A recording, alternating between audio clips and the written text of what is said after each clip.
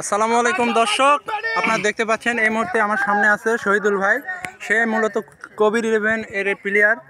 তো তার কাছে আমার প্রশ্ন হচ্ছে যে এর আগে একটু আগে এখানে ম্যাচ হয়েছে, আপনারা দেখেন এখানে একটা ক্রিকেট টুর্নামেন্ট চলতেছে, 4 দলের টুর্নামেন্ট। তো দয়াগঞ্জ 11 ভার্সেস কবির 11-এর ম্যাচটা অলরেডি শেষ হয়ে গেছে এবং সেখানে আমরা দেখতে পেলাম যে সামান্য ব্যবধানে দয়াগঞ্জ 11টা জিতে গেল। তো আমি এখন এই শহীদুল ভাইয়ের কাছে জানতে চাচ্ছি আসলে তাদের হারের মূল কারণ কি। ধন্যবাদ। প্রথমে আমি বলতে চাই মূল কারণ হচ্ছে আমাদের প্লেয়ারটা প্রথম থেকেই ওপেনিংটা খুব ভালো ছিল, কিন্তু মাঝপথে আমাদের কিছু রান আমরা ওয়েস্ট করে ফেলছি, বল ওয়েস্ট করে ফেলছি। এখানে আমাদের মূল একটা থিম। আর হচ্ছে এর মাঝে আরেকটা থিম হচ্ছে আমাদের এক্সট্রা রানটা বেশি দিয়ে ফেলছিলাম, আমাদের টার্গেটটা বেশি হয়ে গেছিলো। এখানে হলো মূল থিমটা আমি মনে করি, যেটা যে আমাদের এক্সট্রা রানটা যদি আমরা আরও 20-25টা রান কম দিতে পারতাম তাহলে সেই ক্ষেত্রে আমাদের ম্যাচের টার্নিং পয়েন্ট একটু ভালো থাকতো। আর মোটামুটি আমাদের ব্যাটিং লাইন আপটা ভালোই ছিল, কিন্তু দুর্ভাগ্যবশত আমরা মাঝপথে এসে আসলে একটু ব্যাক আপ করতে পারি নাই।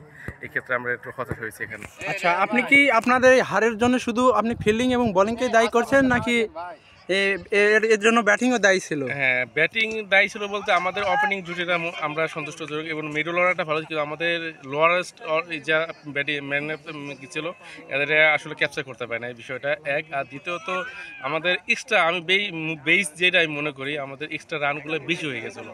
এখানে আমি মূল থিমটা আমি এখানে ফোকাস করি।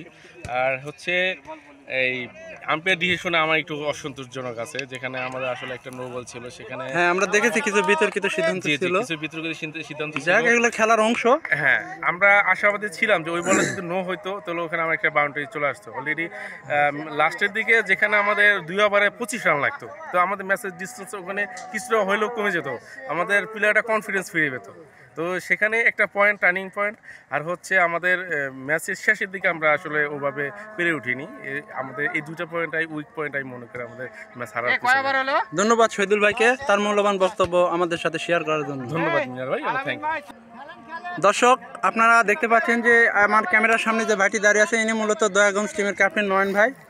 তো একটু আগে এখানে আপনারা দেখতে পাচ্ছেন যে ম্যাচটা হয়ে গেছে অলরেডি, সেটা হচ্ছে দয়াগঞ্জ 11 ভার্সেস কবির 11। তো এই ম্যাচে দয়াগঞ্জ 11টা জিতেছে সামান্য কিছু রানের ব্যবধানে।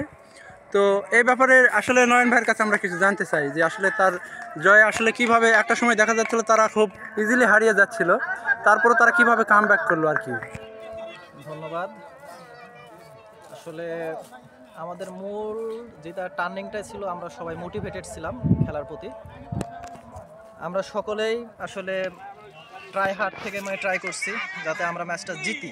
আর আমরা কখনো নার্ভাস ফিল হয় নাই, যেহেতু আমরা প্রথম 3 ওভার খুব ভালো বল করছিলাম, পরে অবশ্য 2-3 ওভার আমাদের খারাপ গেছে, তারপরেও কিন্তু আমরা ম্যাচ ছেড়ে দিই নাই। আমরা 100% কনসেন্ট্রেশন নিয়ে আমরা খেলাটা চালিয়ে গেছি এবং একসময় আমরা সফলতার দ্বার প্রান্তে পৌঁছেছি। এটা আমাদের, আর আমাদের বোলিংদের অবশ্যই কৃতিত্ব দিতে হবে। তারা সবাই অনেক ভালো বল করেছে এবং আমাদের ব্যাটিং লাইন আপটাও ভালো ছিল। আমরা যতটুকু রান করেছি তাতেই আমরা মোটিভেটেড ছিলাম যে আমাদের কম্পিটিশন করার মতো রান হয়েছে এবং আমরা আমাদের টার্গেট মতো খেলছি এবং আমরা উইন হতে পেরেছি।